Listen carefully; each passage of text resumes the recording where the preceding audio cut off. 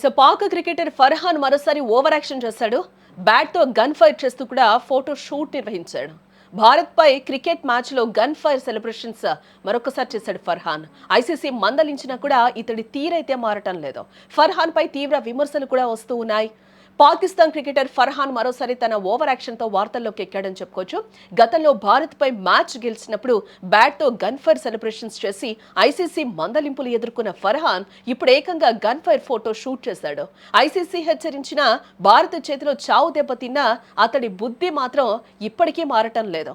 Asia cup లో Bharat Pak match లో యుద్ధాన్ని తలపించాయి.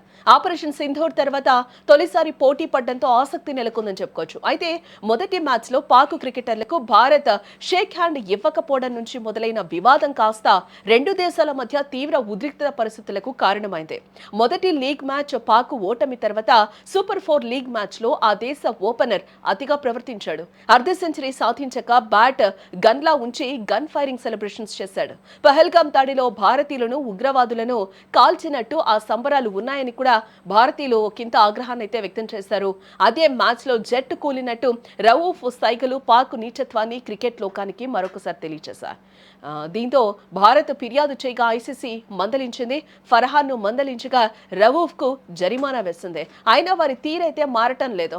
తాజాగా మరోసారి కుక్కతో ఒక వంకర అన్నట్టు ఫర్హాన్ తన బుద్ధి చూపెట్టాడని చెప్పుకోవచ్చు. బ్యాట్ తో గన్ ఫైర్ ఫోటోలకు ఫోజులు ఇచ్చాడు. ప్రస్తుతం ఆ ఫోటోస్ సోషల్ మీడియాలో వైరల్ గా మారాయని కూడా చెప్పుకోవచ్చు.